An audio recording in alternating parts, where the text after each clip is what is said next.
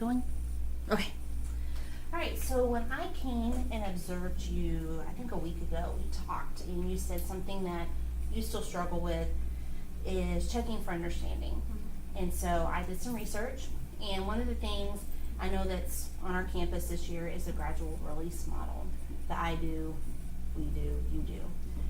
So I was just curious, I know in my classroom I use it quite a bit, but I have older kids, Right. so do you use anything like that in your classroom? I attempt to.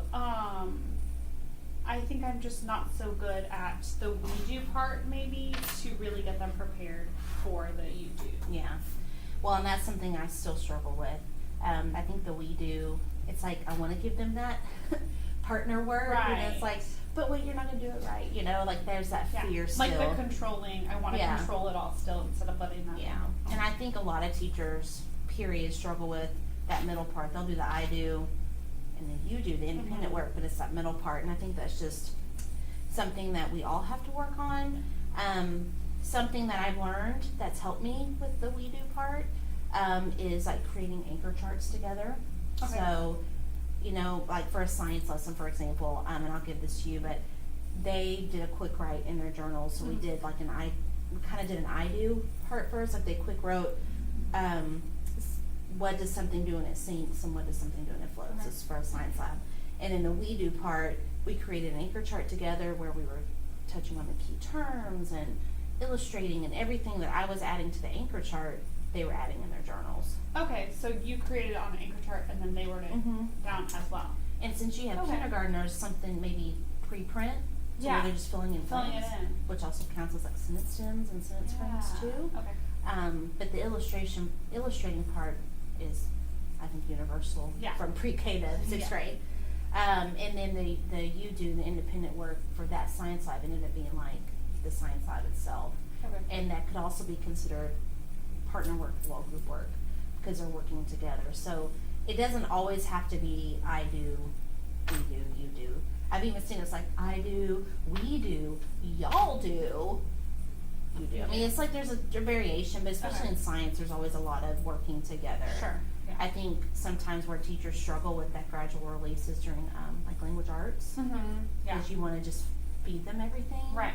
and it becomes a feeding and regurgitating. Mhm. So, but again, what's helped me is a lot of just creating anchor charts together. Okay. And they're writing and doing all that too.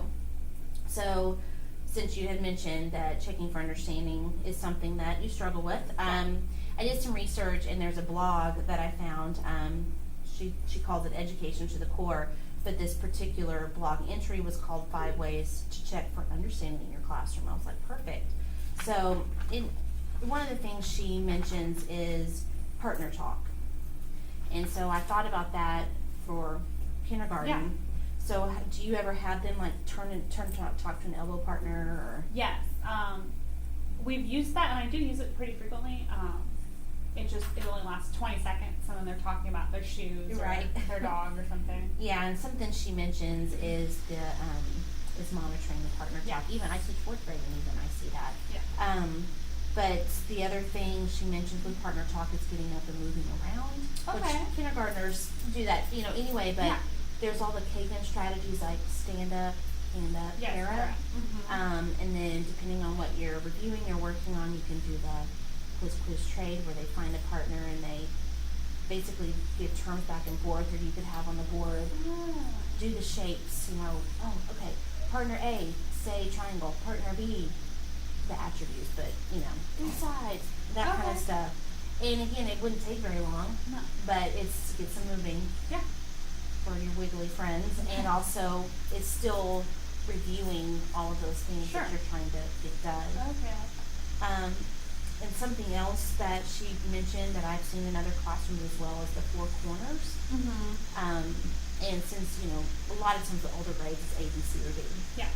because of testing and stuff, but you could do, okay, go to triangle if you think it's this, go to circle if you think it's this, Okay. or colors, or, whatever the concept is, or just something that's easily recognizable for them. Yeah.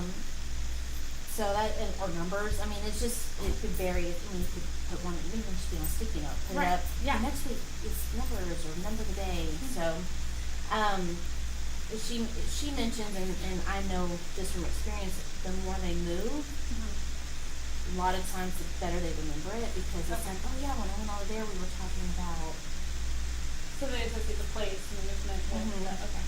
yeah, a lot of that muscle memory stuff, like even back to the whole anchor chart thing. Yeah. They're creating it in their journals while you're creating it, and then it becomes a visual element on the wall, but also in the journals. Okay. Um, so another thing that this blog mentions about checking for understanding is technology. And I know you guys use Seesaw. Yeah. I don't know very much about that. Can you tell me a little bit more about Seesaw? Like, how do you use it in the classroom? So with Seesaw, you can take pictures of their work and load it into their own little journal of work. They can record themselves having conversations. I can record them having conversations, and it's actually there's some templates already loaded into Seesaw where I can have them write and draw on the template. Like when we did apple parts, there was seed, flesh, skin, and stem. The words were at the top, and the page when you know piece of apple, and they can actually draw on that template with their finger to label the parts and connect the words to the part, and then you can save what they edited to their journal. So I can go back through and see the progress. So you can even, like, back to the whole partner talking, that can be another component of that, is Yeah. recording them and then going back to assess their, I mean, it's formative assessment, is Yeah. what that is. Mhm. So you use it mainly for formative assessments, but is there, I don't know, I guess it is internal, but anyway, so do you use it, do you actually take grades on it, or is it more of a portfolio type? Really both. It really does help me take grades and know their understanding. But then it also helps me know what I need to go back and specifically work on with each kid, because I can see the whole history of the work in each specific subject. Yeah, so you can see where they were, Yeah. and where they're going. Well, that's pretty much like as far as just some suggestions. So what I'm thinking is maybe in, let's say 2 weeks. Okay. Again, I know you Seesaw a lot, and I think it's, I know very little about it, so that helps me know a little bit more that it actually, I didn't know if you could do groups or partners. I thought it was just individual, so that's really cool. So you could either use, what I'd like to suggest is use that maybe for the partner talk, to see Sure. what they're doing, and then in their conversations, and then maybe even give them with the partner talk, it could be just Seesaw, it could just be in the park or in the school formula, but give them some words that they must use in their conversations. Like you said, flesh, stem, seed. Okay, I want you to explain to your partner what a triangle looks like. I want you to explain to your partner why the seeds are important of an apple. Okay. Those kinds of things. Yeah. And so they have some guidance, Yeah. and then they put the keywords up. Some of us have on this. If you put those keywords up, then I'm sure they probably know at this point. Well, that's just most of them do. Yeah. So you want them to use that in their conversations. Okay. Almost like sentence stems or sentence frames, but there's just no verbal because of the trending aspect of it. Yeah.